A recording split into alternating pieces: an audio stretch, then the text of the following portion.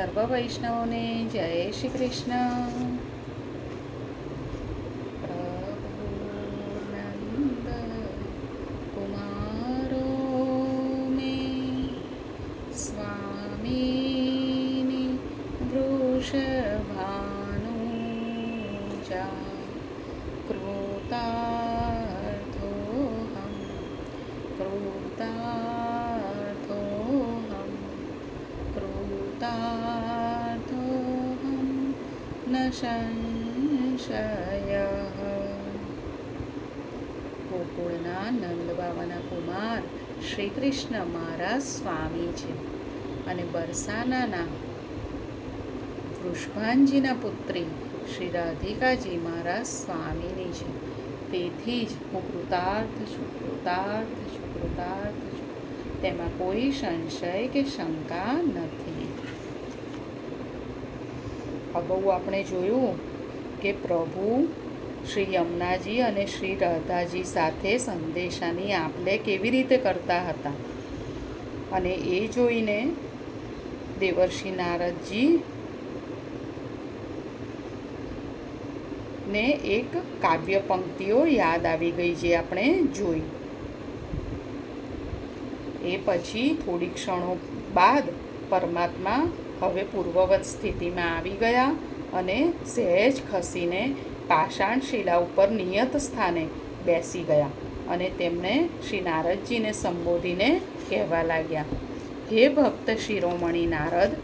પ્રભુ નારદજીને કહેવા લાગ્યા, હે ભક્ત શિરોમણી નારદ, તમને અત્રે લઈ આવવા પાછળનું મારું બીજું પ્રયોજન હવે સાંભળો. તમે તો જાણો જ છો કે આ દ્વાપર યુગમાં મારા કૃષ્ણ અવતાર સાથે સંલગ્ન બે ચક્રવર્તી ઘટનાઓ યુગો સુધી લોકો ભૂલી શકવાના નથી. પ્રભુએ શું કીધું કે આ દ્વાપર યુગમાં મારા કૃષ્ણ અવતાર સાથે સંલગ્ન બે ચક્રવર્તી ઘટનાઓ, જે બે ચક્રવર્તી ઘટનાઓ છે તે યુગો સુધી લોકો ભૂલી શકવાના નથી. કઈ બે ઘટનાઓ? એક મહાભારતનું યુદ્ધ, પહેલી ઘટના મહાભારતનું યુદ્ધ, અને બીજી યાદવા સ્થળી.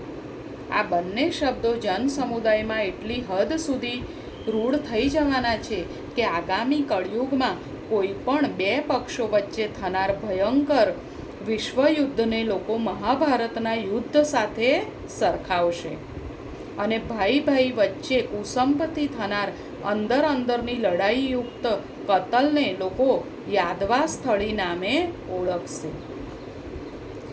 નારદજી, હું નથી ઈચ્છતો કે કળયુગમાં કોઈ મહાભારત યુદ્ધ થાય. હું નથી ઈચ્છતો કે કળયુગમાં કોઈ મહાભારત યુદ્ધ થાય યા યાદવા સ્થળી પણ થાય, કેમ કે એમ થશે તો લોકો આ બંને સંહાર લીલાઓ સાથે ભલે સાક્ષી ભાવે પણ પ્રત્યક્ષ રૂપે સંકળાયેલા સુદર્શન ચક્રધારી શ્રી કૃષ્ણને જ યાદ કરશે, જે મારું સાચું કે વાસ્તવિક સ્વરૂપ છે જ નહીં. એ તો મેં યુગ ધર્મ બજાવવા માટે અભિપ્રેત કરેલું આભ્યંતરિક સ્વરૂપ છે. હું નથી ઈચ્છતો કે મને કેવળ આ સ્વરૂપે જ લોકો યાદ કરે અને ભજે. પ્રભુએ શું કીધું કે આ મહાભારત જે યુદ્ધ થાય કે યાદવા સ્થળી સંહાર લીલા થાય, એ અગર કળયુગમાં થયું તો લોકો મને એ રીતે ઓળખશે. તો હું નથી ઈચ્છતો કે મને કેવળ આ સ્વરૂપે જ લોકો યાદ કરે અને ભજે. નારદ, આ સિવાયના પણ મારા બીજા બે સ્વરૂપ છે, જેને સરસ્વતીની સહાયથી સત્યાદેવીએ શિલ્પકૃતિ રૂપે પેલા કલા મંડપ મધ્યે પ્રસ્થાપિત કર્યા છે. મારું કૃષ્ણ કનૈયાનું મનમોહન બંસીધર બાળ સ્વરૂપ. કયું? બીજા બે કયા સ્વરૂપ? કૃષ્ણ કનૈયાનું મનમોહન બંસીધર બાળ સ્વરૂપ અને યોગેશ્વર શ્રી કૃષ્ણ ધર્મ સંરક્ષણનું યોગી સ્વરૂપ, ધર્મ સંરક્ષકનું યોગી સ્વરૂપ. તેથી હે નારદ, તમે તો સર્વજ્ઞ અને સર્વવ્યાપી છો, એટલે હું તમને બીજું તો કાંઈ કહેતો નથી. કેવળ એટલું જ કહું છું કે આ મારી આખરી ધર્મ સભામાં તમે મારા આ બંને સ્વરૂપનો સાચો મહિમા પ્રભાવ પ્રસારિત કરજો. પ્રભુએ નારદજીને શું કીધું કે આ મારી આખરી ધર્મસભા છે, તેમાં તમે આ મારા બીજા 2 સ્વરૂપ છે તેનો સાચો મહિનામાં પ્રસારિત કરજો.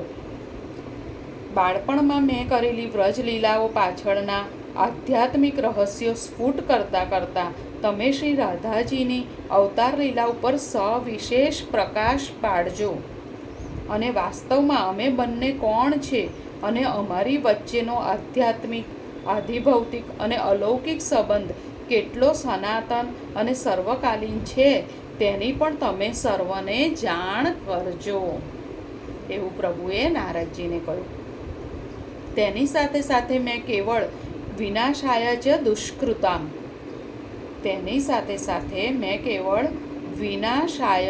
દુષ્કૃતામ અવતાર લીધો નથી. ધર્મ સંસ્થાપનાર્થાય મેં કૃષ્ણ અવતારમાં પાછળથી જે ધર્મસભાઓ યોજી છે અને આ આર્ય સંસ્કૃતિ તથા આર્ય ધર્મના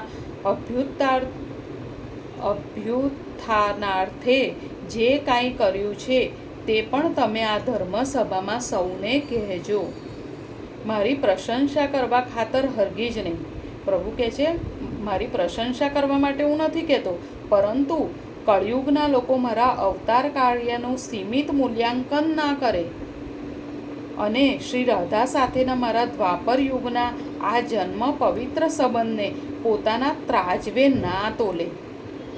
કે કળિયુગના લોકો રાધા સાથેના મારા સંબંધને, પવિત્ર જે સંબંધ છે તેને પોતાના ત્રાજવે ના તોલે, એટલા માટે મેં આખરી ધર્મસભા દ્વારિકાપુરી મધ્યે યોજી છે.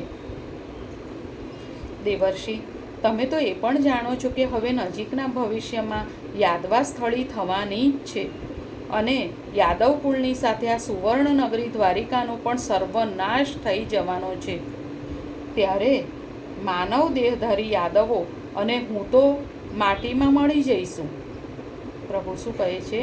જ્યારે યાદવા સ્થળી થશે અને દ્વારિકાનો પણ સર્વનાશ થઈ જશે ત્યારે માનવ દેહધારી યાદવો અને હું માટીમાં મળી જઈશું, પરંતુ સમુદ્રના પેટાળમાં ગરકાવ થઈ જનારી આ દ્વારિકા નગરીની પાષાણ ઇમારતો અને સંગેમરમરની પ્રતિમાઓ તો પાતાળમાંથી પણ કાળક્રમે ઉત્ખનન દ્વારા પ્રકાશમાં આવશે. એટલે ભલે આ દ્વારિકા નગરી સમુદ્રમાં ગરકાવ થઈ જશે પણ ભવિષ્યમાં એ પ્રકાશમાં આવશે. અત્યારે પણ એના ચિહ્નો મળે છે આપણને. અને ત્યારે દેવી સત્યાએ શિલ્પાકૃત કરેલી મારા અવતારની 3 મહત્વપૂર્ણ અવસ્થાની મૂર્તિઓ કોઈને કોઈના હાથમાં અવશ્ય આવશે. હા, પ્રભુએ શું કીધું કે જ્યારે આ દ્વારિકા નગરી સમુદ્રમાં ડૂબી જશે અને ભવિષ્યમાં ક્યારેક કોઈના હાથમાં જે સત્યાદેવીએ આ શિલ્પાકૃત કરેલી છે પ્રભુની 3 મૂર્તિઓ, કઈ મૂર્તિઓ આપણે અગાઉના ભાગમાં જોયું ને, પ્રભુના 3 અવસ્થાની મૂર્તિઓ જે સત્યાદેવીએ બનાવી છે, એક બાળપણની, એક યુવાવસ્થાની ને એક જરાવસ્થાની, જેમાં પ્રભુ ધ્યાનમાં બેઠા છે. એ 3 મૂર્તિઓ કોઈના ને કોઈના હાથમાં અવશ્ય આવશે જ. આટલું બોલતા બોલતા શ્યામ સુંદર ક્ષિતિજ પર નયન સ્થિર કરીને નિસ્તબ્ધ થઈ ગયા. નારદજીની મનઃસ્થિતિ અત્યારે ભક્તિની પરાકોટી ઉપર હતી. ભગવાનનું કામ કરવાની આટલી મોટી જવાબદારી પોતાના માથે છે એવું વિશદ જ્ઞાન થતાં નારદજી પોતાની જાતને બળભાગી સમજવા લાગ્યા.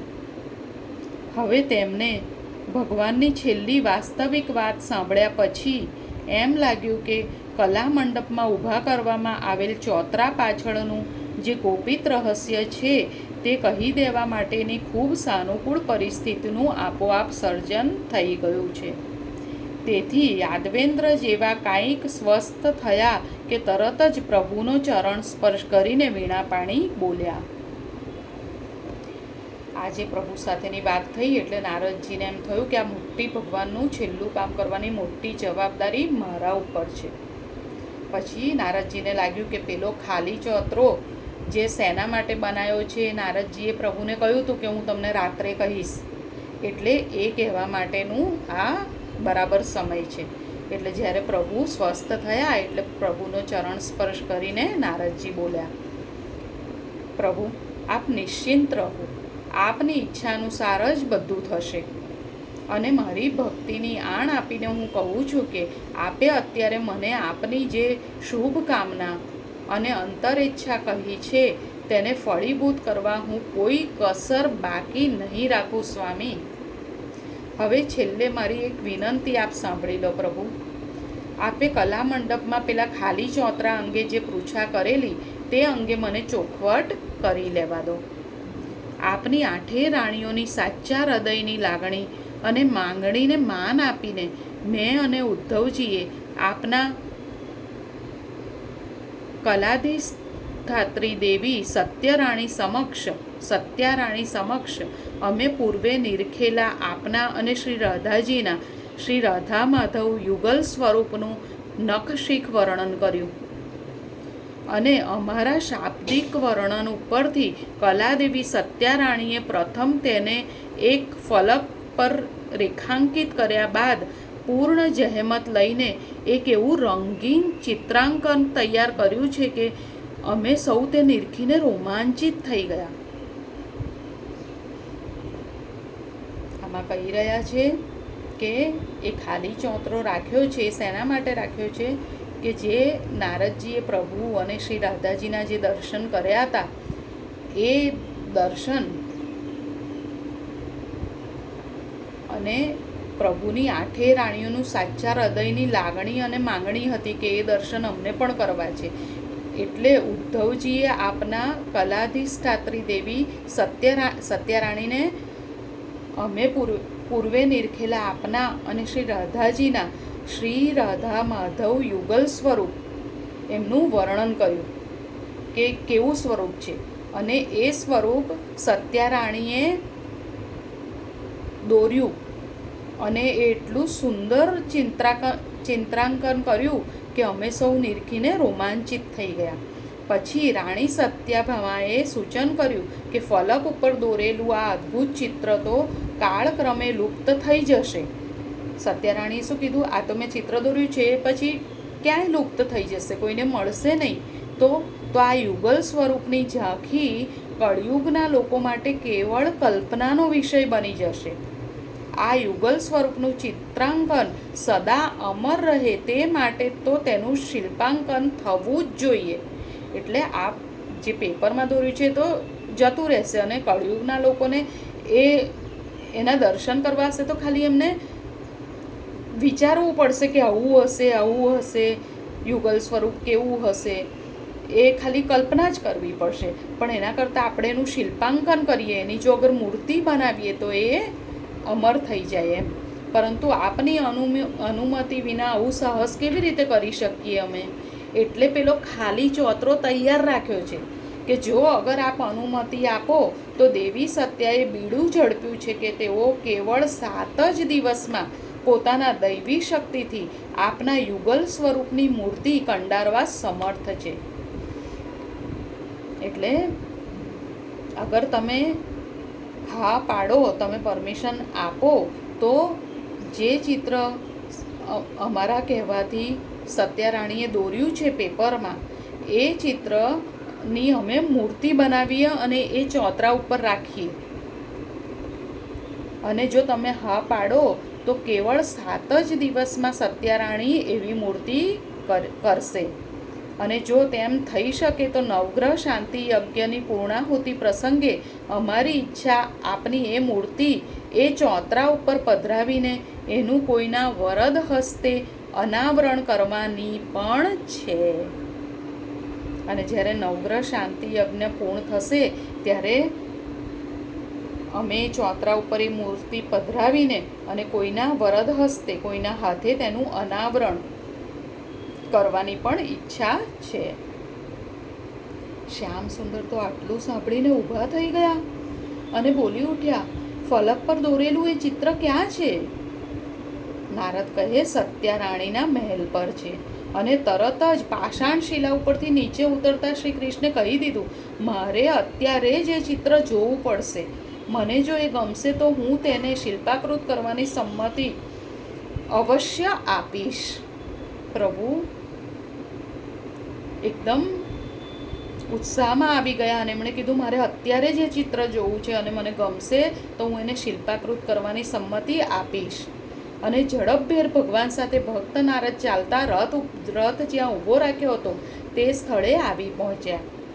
સ્વામીએ દારૂકને સૂચના આપી અને દારૂકે રથને સીધો સત્યારાણીના મહેલે જવા માટે હંકારી મૂક્યો. પ્રભુને નારદજી સાથે આમ ઓચિંતા પોતાના મહેલે પધારેલા જોઈને સત્યારાણી પ્રથમ તો થોડા ગભરાઈ ગયા, પરંતુ નારદજીએ ઘટસ્ફોટ કર્યો એટલે તેઓ લગભગ દોડતા અંદર જઈને પેલું રંગીન ચિત્ર લઈ આવ્યા અને પ્રભુના કર કમળમાં તે મૂકી દીધું.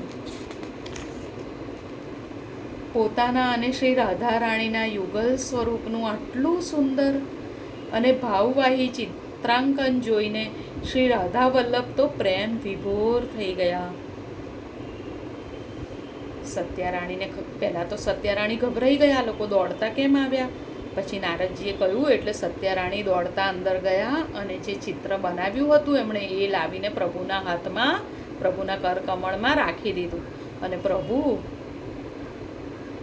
તો પોતાના શ્રી રાધારાણીના યુગલ સ્વરૂપનું, પોતાના અને શ્રી રાધારાણીના યુગલ સ્વરૂપનું આટલું સુંદર અને ભાવવાહી ચિત્રાંકન જોઈને શ્રી રાધા વલ્લભ એટલે શ્રી પ્રભુ તો ભાવ વિભોર, પ્રેમ વિભોર થઈ ગયા. રાણી સત્યાને અંતરના આશીર્વાદ આપીને તેમણે અનુમતિ આપી દીધી કે આ સ્વરૂપને શિલ્પમાં કંડારવાની તેમની મનોકામના ભલે પરિપૂર્ણ થતી. પ્રભુએ સંમતિ આપી દીધી કે આ ખૂબ જ સુંદર અને ભાવવાહી ચિત્રાંકન છે અને તેને તમે તેની મૂર્તિ બનાવી શકો છો. અને પછી તેમણે ઉમેર્યું કે દેવી, દ્વારિકાવાસીઓને તો તમે અમારા યુગલ સ્વરૂપની નવાજેશ કરી, પરંતુ વ્રજવાસીઓનું શું? પ્રભુએ શું કીધું? હવે પણ વ્રજવાસીઓનું શું? મારી એક તમન્ના છે, તમે શિલ્પાંકન કરી રહો પછી આ ચિત્ર મને આપી દેજો. હું આ ચિત્રને ઉદ્ધવ સાથે વ્રજમાં મોકલી આપીશ. પ્રભુએ શું કીધું? તમે આ ચિત્ર જોઈને શિલ્પાંકન કરી લો અને પછી આ ચિત્ર મને પાછું આપી દેજો જે પેપરમાં છે, અને એ ચિત્ર હું ઉદ્ધવ સાથે વ્રજમાં મોકલી આપીશ. મારા અમર ભક્તિધામ વૃંદાવનમાં જો આ યુગલ સ્વરૂપનું ચિત્ર પહોંચશે તો મને ખાતરી છે કે ત્યાંનો કોઈને કોઈ શિલ્પકાર એને ક્યારેક પણ મૂર્તિ રૂપે કંડારશે. પ્રભુએ શું કીધું?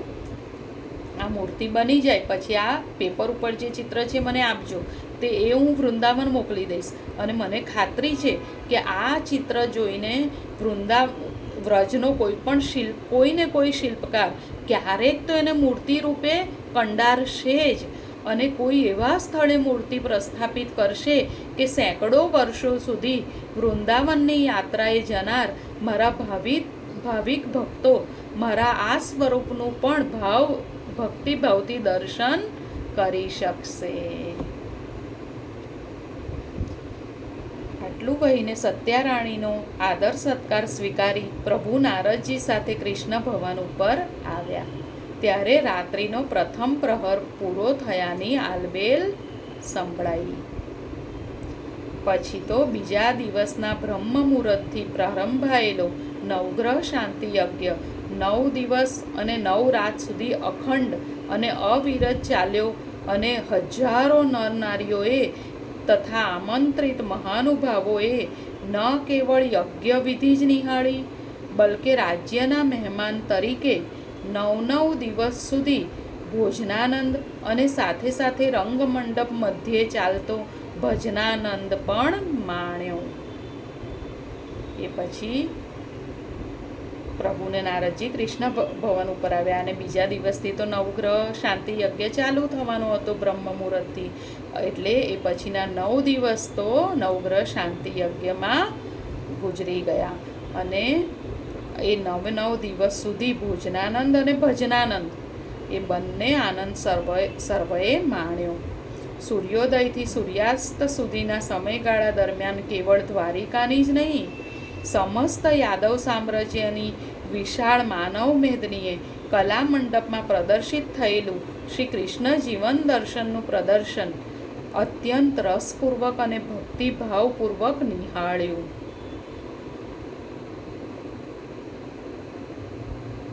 આમ જનતા માટેના ચારે ચાર દૈનિક કાર્યક્રમો સાંગોપાંગ પાર પડ્યા અને પૂર્ણાહુતિનો 10મો દિવસ પણ આવી ગયો. પૂર્ણાહુતિનો 10મો દિવસ પણ આવી પહોંચ્યો. આ બાજુ કેવળ આમંત્રિત વિદ્વજનો અને સાધુ સંતો સહિત પૂજ્ય ઋષિ મુનિ વૃંદ માટે ખાસ આયોજાયેલી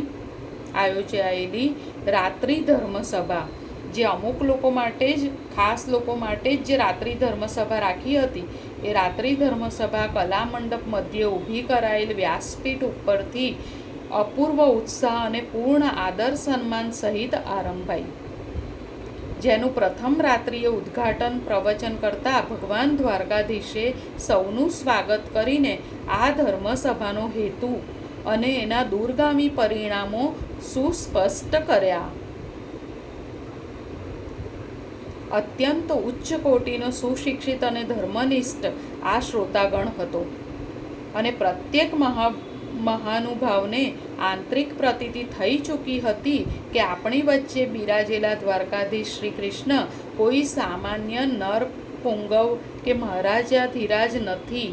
આ તો ધરતી ઉપર અવતરેલા કોઈ દિવ્યાત્મા, યુગ પુરુષ અને યોગેશ્વર શ્રી કૃષ્ણ છે. તેથી તેમના શ્રીમુખે જે કાંઈ પણ કહેવાયું તે તથા 9 રાત્રિ દરમિયાન દેવર્ષિ નારદે અને સિદ્ધ યોગી મહારાજે જે કહ્યું તે સૌએ અભૂતપૂર્વ દીક્ષા સ્વરૂપે સ્વીકાર્યું અને હર્ષનાદથી સન્માન્યું.